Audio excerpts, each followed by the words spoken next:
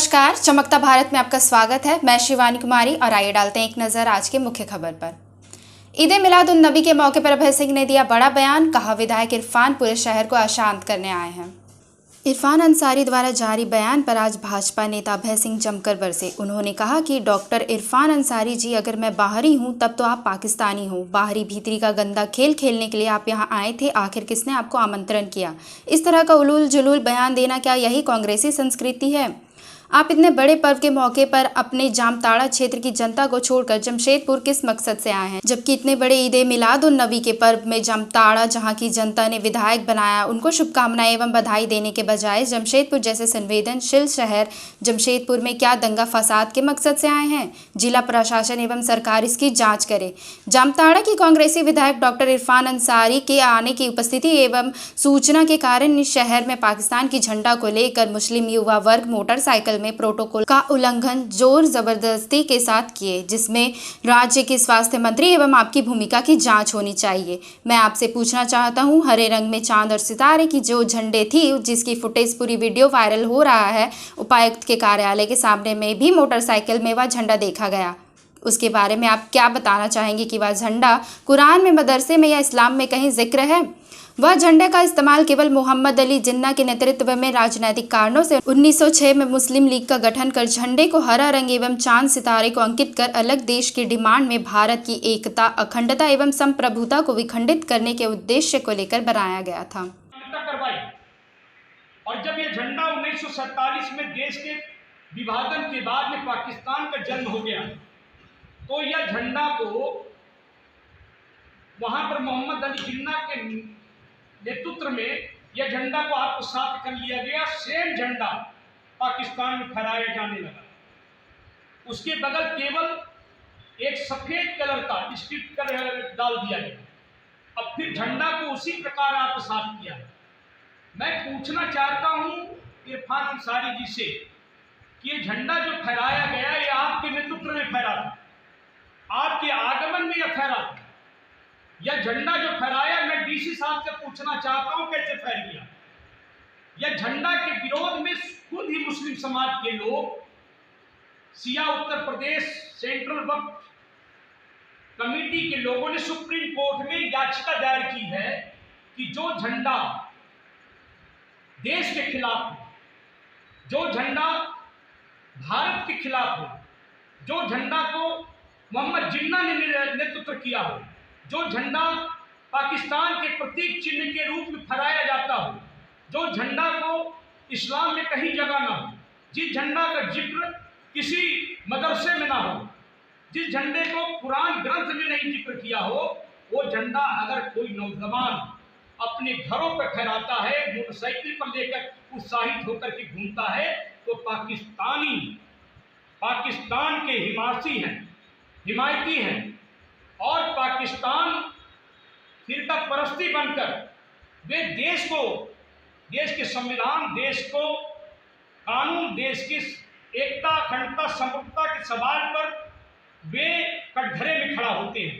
इसलिए डीसी साहब को बताना होगा, सरकार को बताना होगा, यह झंडा अगर ग्रंथ में है, अगर यह झंडा कुरान में है, यह झंडा मदरसे में अगर इसका कहीं जिक्र है, तो आप इसको क्लियर करें। नहीं तो इससे राष्ट्रद्रोह के मामले में ऐसे लोगों को चिन्हित करके जेल के सलाखों के अंदर पर बंद करना पड़ेगा, हर हालत में बंद करना पड़ेगा।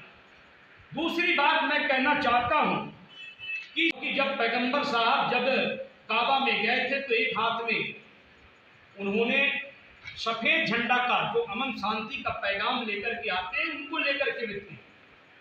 तो मैं आपको कहना चाहता हूं कि जानबूझकर के कुछ शरारती तत्व जब यह बात होती है, पाकिस्तान जिंदाबाद का नारा लगाते हैं या नहीं लगा पाते हैं, तो झंडा लेकर के घूमने लगते हैं। और ऐसे नेता, ऐसे बन्ना गुप्ता जी, ऐसे नेता लोग मिलकर के प्रश्रय देते हैं। कल आपने देखा पूरे धक्कीडीह में किस प्रकार खिचड़ा बांटा गया। आपने बांटा, मुझे कोई एतराज नहीं है, लेकिन भोग में रोक और खिचड़ा पे रोक नहीं। मैं पूछना चाहता हूं उसके ऊपर में क्या, कौन सा बोर्ड था? आप देख सकते हैं पूरे शहर को कल हुड़दंगियों ने हुड़दंग मचाया, लेकिन एक व्यक्ति भी गिरफ्तार नहीं हुआ। लोग भागते रहे, झंडा लेकर घूमते रहे, किसी ने रोका नहीं। ऊपर से इरफान अंसारी बारी भीतरी का नंगा नाच करने के लिए चले आए। मैं इरफान अंसारी जी से पूछना चाहता हूं कि जिस देवघर के मंदिर को, भगवान शंकर के मंदिर को आपने जाकर के पूजा किया, आपने छुआ, तो आप स्पष्ट बता दें, क्या आपने कुरान में हाथ रख करके आप कसम खाए थे? भगवान शंकर का पूजा आराधना कोई भी व्यक्ति कर सकता है, किसी भी धर्म के लोग कर सकते हैं, लेकिन अगर वह व्यक्ति प्रबंधित मांस का प्रयोग न किया हो तो जरूर कर सकता है। और इरफान अंसारी जी को कुरान लेकर के कसम खाना होगा कि हम जब मंदिर की उपासना किए थे, मंदिर का जब पूजन किए थे, तो हमने किसी प्रकार का प्रबंधित मांस हमारा परिवार के लोग नहीं खाते थे या नहीं खाते हैं, या उसको खाना होगा। अगर वे नहीं खाएंगे कुरान को पकड़ कर के आम जनों के बीच में, तो यह समझा जाएगा कि आपने हिंदुओं के आस्था को छूकर हमें अपमानित करने का काम किया है। और हम सभी लोग जाकर भगवान से क्षमा मांगेंगे, गंगा जल डाल करके उसे पवित्र करेंगे। मैं देवघर के पंडा जी से, लोगों से भी आग्रह करते हैं कि आप वहाँ पर हैं, उनसे बुला करके उनसे कसम दिलवाइए। अगर वो कसम खा लेते हैं तो समझेंगे कि हाँ भाई वो कुरान खा करके कसम खाए हैं। लेकिन मैं जानता हूँ कि बड़बोला व्यक्ति है या कुछ नहीं करेगा, वोट बैंक की राजनीति के लिए कभी हिंदुओं के मंदिर पहुंच जाएगा, कभी बड़बोलापन करेगा, कभी दंगा फसाद करने की कोशिश करेगा। और मैं खास करके इरफान अंसारी जी से पूछना चाहता हूं, एक दलित परिवार के प्रधानमंत्री आवास योजना को आपने नारायणपुर प्रखंड के चिरूडी गांव में आपने केवल उन्हें गांव से नहीं निकाला, बल्कि जो मुसलमान परिवार से उनकी लड़ाई थी उस मुसलमान परिवार के पक्ष में खड़े हो गए। और खड़े होने के बाद इन्होंने इस परिवार को निकाल दिया। इनके ऊपर में ST/SC का केस चल रहा है। कैसी सरकार है, कैसी व्यवस्था है कि ऐसा व्यक्ति जिनके पास में दलित उत्पीड़न का केस चल रहा हो और वह व्यक्ति घूम घूम करके मुख्यमंत्री से मिलता हो, वह व्यक्ति घूम करके SP/DM की बैठक में जाता हो, वह व्यक्ति विधानसभा के अंदर जाता हो। यानी यह सरकार दलित विरोधी है, यह सरकार हिंदू विरोधी है। और दूसरी बात, इरफान अंसारी जी, आपका जामताड़ा क्षेत्र बिल्कुल ही साइबर के क्षेत्र में पूरे इंडिया नहीं पूरी एशिया में ठगों के मामले में प्रसिद्ध है। आपने कभी इस मामले को विधानसभा में उठाने की हिमाकत की है? क्या कभी आपने धरना दिया है? क्या आपने कभी प्रदर्शन किया है? आपने कभी नहीं किया। और सबसे बड़ी बात यह भी हम आपसे कहना चाहते हैं कि मैं उपायुक्त महोदय को पत्र लिख कर के यह मांग करूंगा कि आप जो उन्होंने बाहरी भीतरी का खेल खेला है उसको जांच कराएं हमारे परिवार के बारे में, कि मैं बाहरी हूं कि अंदरी हूं। अगर आप करके 15-20 रोज के अंदर नहीं करते हैं तो विवश होकर के हम लोग आपसे मांगने आएंगे और आप प्रकाशित करें, अन्यथा मैं न्यायालय की शरण पे जाने के लिए विवश हूँ। और साथ ही साथ मैं जमशेदपुर की जनता से भी आगाह करना चाहता हूँ, बताना चाहता हूँ, ऐसे लोगों से आप सावधान रहें। ऐसे लोग देश के दुश्मन हैं, ऐसे लोग राज्य के दुश्मन हैं, ऐसे लोग किसी धर्म के दुश्मन हैं, ऐसे लोग पूरे शहर को दंगा फसाद कराना चाहते हैं, ऐसे लोग जामताड़ा को छोड़ करके यहाँ पर आकर के उलूल जुलूल बयान दे करके लोगों को आक्रोशित करना चाहते हैं। मैं कांग्रेस के विधायक, कांग्रेस के मंत्री बन्ना गुप्ता जी जो इस पूरे घटनाक्रम में यहाँ पर विराजमान है, उनसे मैं पूछना चाहता हूँ कि आप ये दृष्टिकोण को स्पष्ट करें कि जो भी बातें इरफान अंसारी ने कहा है उसमें कांग्रेस की कितनी अहमियत है, कांग्रेस के लोगों का क्या झुकाव है, कांग्रेस अपनी नीति, नियत और चरित्र और चिंतन को स्पष्ट करे, मैं यह कहना चाहता हूं। और दूसरी बात, मैं देख रहा हूं कि पूरे राज्य में जिस प्रकार दशहरा के बाद पुलिस प्रशासन ने नैतिकता को हटाकर जो समझौते हुए थे उसको जो उन्होंने दरकिनार करते हुए किया है, मैं हाथ जोड़ करके पूरे हिंदू धर्म और हिंदू समाज के लोगों से की ओर से मैं जिला प्रशासन से मैं आग्रह करना चाहता हूं कि मामले को तूल देने के बजाय आप वैसे राष्ट्रद्रोही लोगों को पकड़े, क्योंकि यह मामला मुस्लिम भाइयों के द्वारा मुसलमानों के द्वारा सुप्रीम कोर्ट में दायर किया है कि कुछ सामाजिक तत्व जो भारत के एकता अखंडता को संप्रभुता को बर्बाद करने में तुली है, ऐसे लोग जमशेदपुर में भी है कि जो झंडा को लेकर पाकिस्तानी झंडा को लहराया गया है, अगर इस पर कार्रवाई नहीं होती है तो विवश होकर के हम जन आंदोलन करने के लिए बाध्य होंगे, क्योंकि देश हमारा है, भारत हमारा है, भारत में रहने वाले लोग हमारे हैं। अगर आपके मदरसे में, आपके कुरान में, आपके ग्रंथ में, आपके किसी चीजों में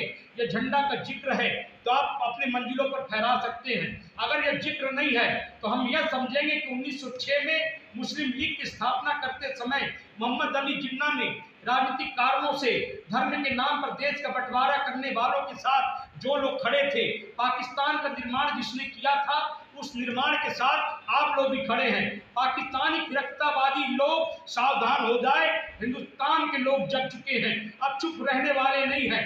मैं आपको आगाह करना चाहता हूं, आप सावधान हो जाएं और जिला प्रशासन और राज्य के माननीय मुख्यमंत्री हेमंत सोरेन जी को भी यह बात बताना होगा कि झंडा जायज है या झंडा नाजायज है। पहले राष्ट्रद्रोही के ऊपर मुकदमा करें, ऐसे लोगों के ऊपर मुकदमा करें और इरफान अंसारी भी बताएं कि जमशेदपुर में यह झंडा जो लेकर के लोग घूम रहे थे वह धर्म से वास्ता था कि मुस्लिम लीग से वास्ता।